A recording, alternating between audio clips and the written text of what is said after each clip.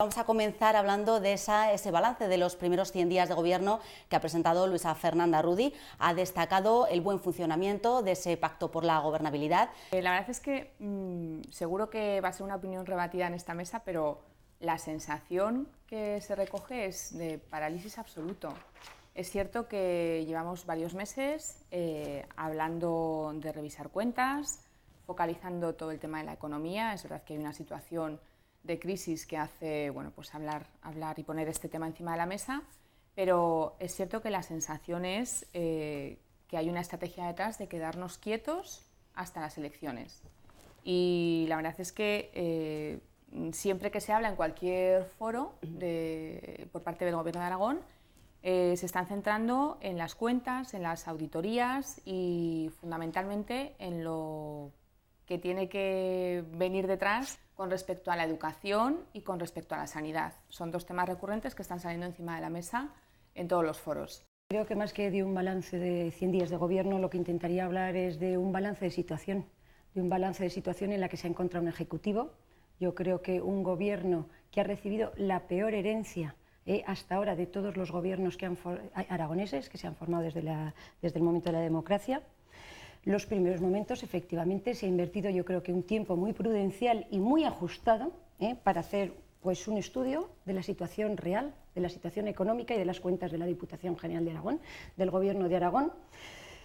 Se hizo un traspaso de poderes, parecía que se facilitaba toda la información, pero la realidad no era la que transmitieron. La realidad nos la hemos encontrado con la auditoría de hace un par de días, justo con casi un déficit de 1.000 millones de euros. Con lo cual creo que uno de los primeros temas que tenía que abordar el Gobierno de Aragón, el Ejecutivo de Aragón, era el estudio de las cuentas y de la economía real de nuestra comunidad. Rosa. Pues yo creo que en una situación económica muy difícil, con una crisis pronunciada cuyo final todavía no ha llegado ni se sabe cuándo va a llegar, el Gobierno está haciendo lo que tenía que hacer, que lo primero de todo es saber en qué estado está la institución que va a tener que gobernar en los próximos 4 años. Y yo creo que de momento esa actuación cauta, pero creo que muy valiente, lo que provoca para empezar en la ciudadanía es una sensación de confianza que es importantísima para la economía, para la inversión, para el consumo, en definitiva para activar pues todas estas situaciones a las que acabo de referirme, que sin duda van a fomentar pues, que la economía se vaya moviendo y que no se paralice el progreso social. Yo creo, hacía referencia, perdona la redundancia, la referencia de la presidenta al acuerdo de gobernabilidad. Este es un hecho, el acuerdo de gobernabilidad habla de austeridad, pero habla de preservar los derechos y las garantías en prestaciones sociales, en educación, en sanidad, cuestiones a las que sin lugar a dudas vamos a volver a lo largo de la noche en esta mesa y a las que luego nos referiremos, pero yo creo que como mínimo se está dando confianza, se está dando sensación de estabilidad y se están haciendo, yo aquí discrepo mucho contigo, Leticia, en el comentario que hacías, porque se están haciendo anuncios verdaderamente valientes. Lo que pasa es que estamos todos un poco nerviosos, ¿no? Porque ante la situación que estamos atravesando, pues claro, 3 meses dices, caramba, es mucho tiempo, se están haciendo largos. Evidentemente, cuando uno llega a una casa nueva, lo primero que tiene que hacer es poner orden, ver lo que tiene, ver lo que se encuentra, cómo lo va a reestructurar, con qué cuenta, con qué no cuenta, eso está clarísimo. Pero yo ahí lo entiendo perfectamente. También es cierto que se están haciendo cosas, se ha emprendido toda la reestructuración de la administración, por decirlo, se ha cumplido parte de ese plan de choque que efectivamente prometió o sobre el que habló Luisa Fernanda Rudi en su investidura.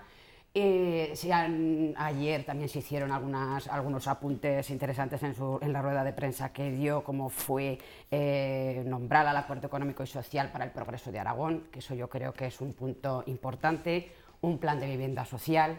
Pero claro, yo sí que veo también en ese sentido que sí que estoy un poco de acuerdo con Leticia, y es algo que le critica, bueno, pues que la oposición y a lo mejor también la ciudadanía, que ya digo que es que estamos todos igual un poco ansiosos, ¿no? Un poco esperando, bueno, a ver cuándo llegan esas políticas de empleo, a ver cuándo empezamos ya a salir de la crisis, empezamos a generar planes, qué vamos a hacer, qué no vamos a hacer. Entonces, en ese sí que es cierto que igual estamos pendientes un poco de lo que va a pasar el 20N. Evidentemente, está claro que todos estamos esperando también los presupuestos, Sabemos que esos presupuestos se están manejando ya con unas reducciones del 4-5%, y que yo pienso que hay un poquitín de miedo por presentarlos, porque yo no sé cómo vamos a salir adelante con los presupuestos, con este déficit que tenemos.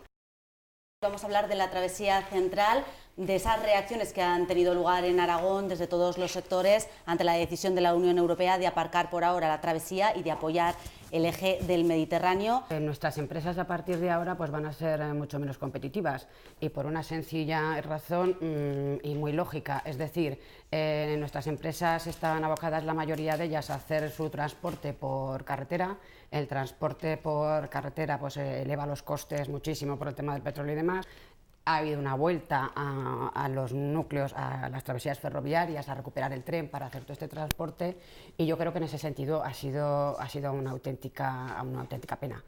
Sí que es cierto pues que, bueno, que Zaragoza ha quedado como ha estado siempre. Ahí vamos a hablar de la eterna situación estratégica que ha tenido siempre Zaragoza, pero que nos luce poco realmente. Entonces ahí sigue estando un poco en el centro de esos dos corredores, pero sí que es cierto que esa especie de I que hace, o el tenedor famoso del que hablábamos, pues nos falta el palito central, ¿no?, que es el que nos hubiera propulsado directamente, además hubiera relanzado muchísimo toda la zona del Alto Aragón, que sigo diciendo que es una zona industrial y que es una lástima, y que, bueno, que ahora la vamos a ver ahí cortada. Yo creo que las últimas declaraciones del consejero, del Ejecutivo de Aragonés, y sobre todo el ejemplo que ha dado la sociedad aragonesa, tanto los políticos, sociedad civil organizada, los medios de comunicación en las últimas fechas, han sido un ejemplo de unidad para un proyecto importante para Aragón. Pero no solo para Aragón, yo creo que también para España.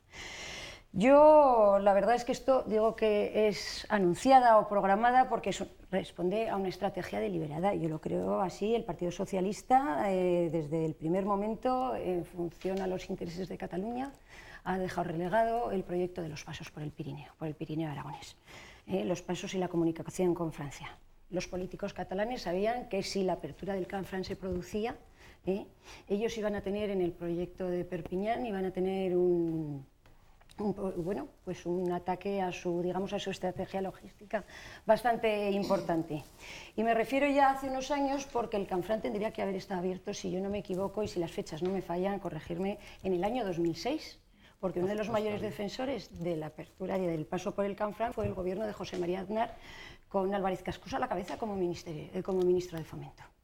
Y tendría que haber estado en el año 2006, con lo cual en estos momentos tendríamos que llevar ya 5 años disfrutando del Canfranc. Yo luego haré una serie de reflexiones sobre lo que supone eliminar este eje prioritario, que ya anticipo que me parece un error estratégico y político de una envergadura importantísima, y que además atenta contra el equilibrio territorial y contra la cohesión territorial, que son principios básicos de la Unión Europea. Luego volveré a este tema. Pero sí que quisiera, solamente como reflexión inicial, que teniendo en consideración la importancia del Canfranc, no perdamos de vista la perspectiva diferenciadora de ambos proyectos. La TCP es un proyecto de mucha más envergadura que conexionaba Portugal, el sur de España, pero no solo, sino la posibilidad de hacer que penetraran las mercancías de África, en concreto a través de Marruecos, y por lo tanto vertebrar todo el centro de España hacia el centro de Europa. Por lo tanto, sin perjuicio de que efectivamente sea necesario reclamar la reapertura del Canfranc, no tenemos que cejar en nuestra perseverancia de intentar que este proyecto de la TCP vuelva a estar entre las prioridades europeas. Bueno, yo creo que hay algo en lo que estamos aquí en esta mesa de acuerdo, y es que desde luego con este escenario que manejamos en este momento, el desarrollo logístico de Aragón queda absolutamente bloqueado. Y además es que con esta decisión de la Unión Europea lo que se ha dado es un mazazo, un auténtico mazazo a un proyecto que además concitaba el acuerdo de todos los grupos políticos aquí en Aragón. Es cierto que los grandes proyectos definidos por la Comisión Europea han sido concertados con los Estados, y que por primera vez se han introducido obligaciones financieras, por lo que la nueva red va a ser muy difícil que pueda modificarse. Está claro que el gobierno de Zapatero no ha peleado en absoluto por este proyecto. Está claro que, un poco retomando la intervención que tenías antes, Patricia, Luisa Fernanda Rudi parece que está dando la batalla, pero es verdad que es porque es presidenta de Aragón, es su obligación. Está convencida. Es su obligación y además le da rédito en contra del PSOE. Pero a mí me gustaría saber si el señor Rajoy llega al gobierno a partir del 20N, si habrá algún cambio en esta planificación de infraestructuras ferroviarias.